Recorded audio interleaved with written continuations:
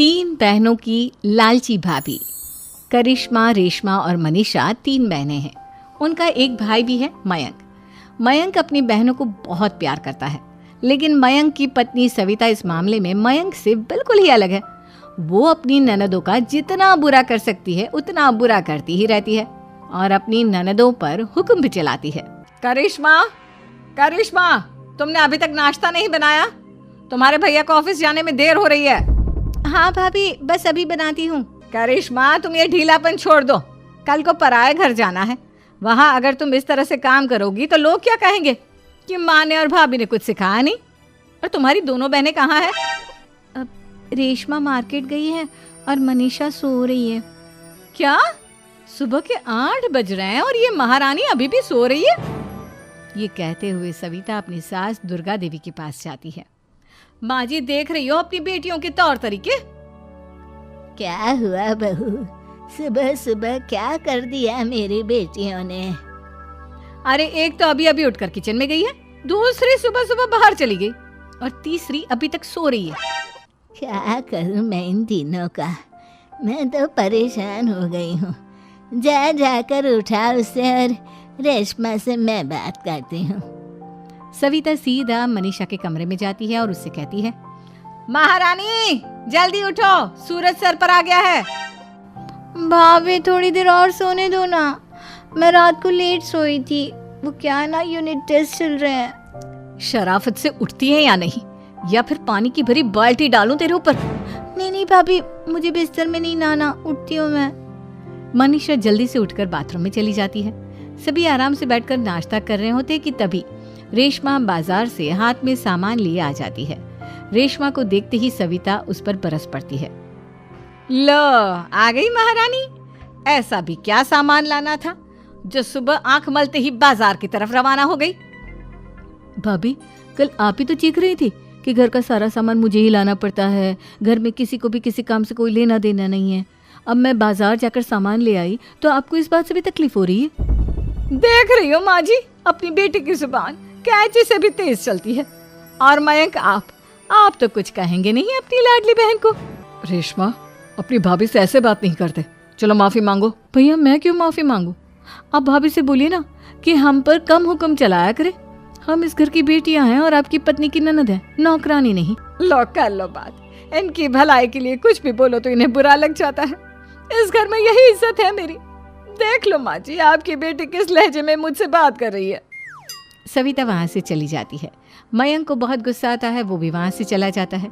फिर करिश्मा रेशमा को समझाती है, रेशमा, तुम्हें भाभी से माफी मांग लेनी चाहिए थी ना। लेकिन दीदी, मैंने कुछ किया ही नहीं, तो मैं माफी क्यों मांगू?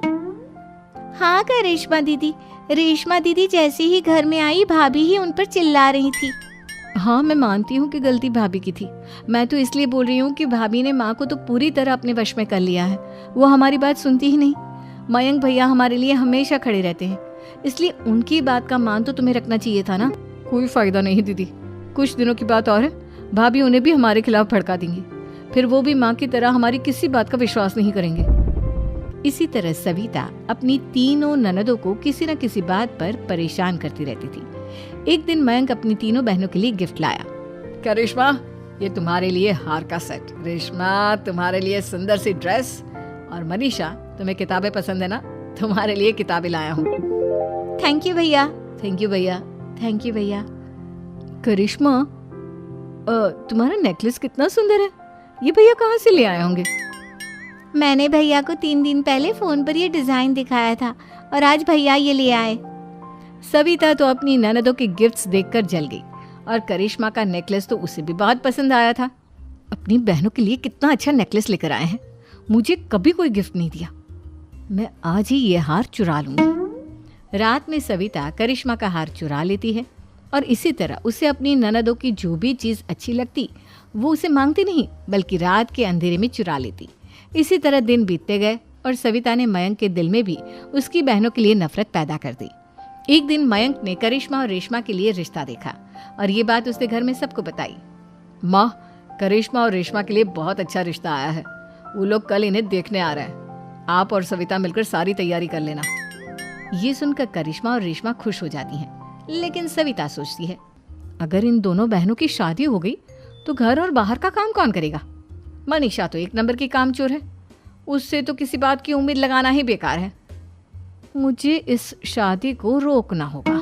अगले दिन सभी लड़के वालों के स्वागत की तैयारी करने में लगे होते हैं। तभी मयंक अपनी बहनों से आकर कहता है, तैयार हो गई तुम दोनों? देखो दोनों लड़के बहुत अच्छे हैं, मैं कोई कसर नहीं छोड़ना चाहता, इसलिए तुम उनके सामने अच्छे से बिहेव करना और अपनी भाभी से लड़ने मत लग जाना। करिश्मा, तुम वो नेकलेस पहन लो ना जो मैं तुम्हारे लिए लाया था।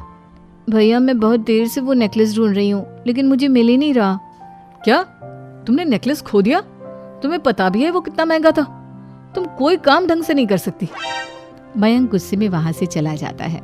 थोड़ी देर बाद लड़के वाले भी आ जाते हैं। वो दोनों बहनों को पसंद कर लेते हैं और रिश्ता पक्का हो जाता है। लेकिन सविता के दिमाग में तो कुछ और ही खिचड़ी पक रही थी। वो पंडित जी के पास करिश्मा की कुंडली लेकर जाती है और उन्हें पैसे देकर करिश्मा की कुंडली बदलवा देती है। जब लड़के वालों के पास करिश्मा की कुंडली जाती है तो वो दुर्गा को फोन करते हैं। बहन जी, हमने करिश्मा की कुंडली अपने पंडित जी को दिखाई थी। आपकी बेटी की कुंडली नहीं बल्कि दोषों का पिटारा है।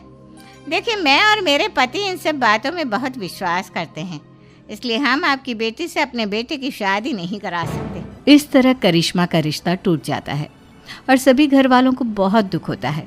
अब कविता सोचती है, चलो करिश्मा का तो रिश्ता टूट गया, अब रेशमा का भी रिश्ता तोड़ना है। क्या करूं? अब सविता आवाज बदलकर किसी अननोन नंबर से रेशमा के होने वाले ससुराल में फोन करती है।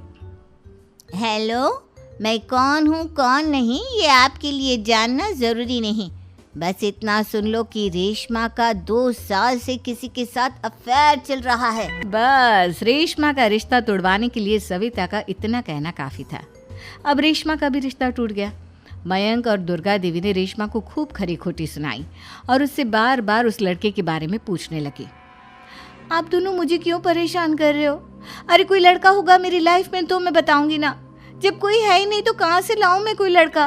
तो तेरे होने वाले ससुराल वालों को फोन किसने किया था? माँ मैं नहीं जानती किसने फोन किया था, मैं सच कह रही हूँ। मैं तो पहले ही कह रही थी इसकी लगाम खींच कर रखो, लेकिन मेरी सुनता ही कौन है। आप चुप रहिए भाभी, ये सब आपका ही किया धरा है। अब तीनों बहनों को विश्वास हो जाता है कि ये सब उनकी भाभी ही कर रही है। तीनों बहनें अपनी भाभी को सबक सिखाने के लिए एक वकील कर लेती है और घर में हिस्सा मांगना। देखो भैया, माँ बाप की जायदाद में जितना बेटों का हक होता है उतना ही बेटियों का, इसलिए इस घर के 4 हिस्से होंगे और हमें अपना हिस्सा चाहिए। मैंने तुम्हारे लिए क्या क्या नहीं किया और तुम इस घर में हिस्सा मांग रही हो?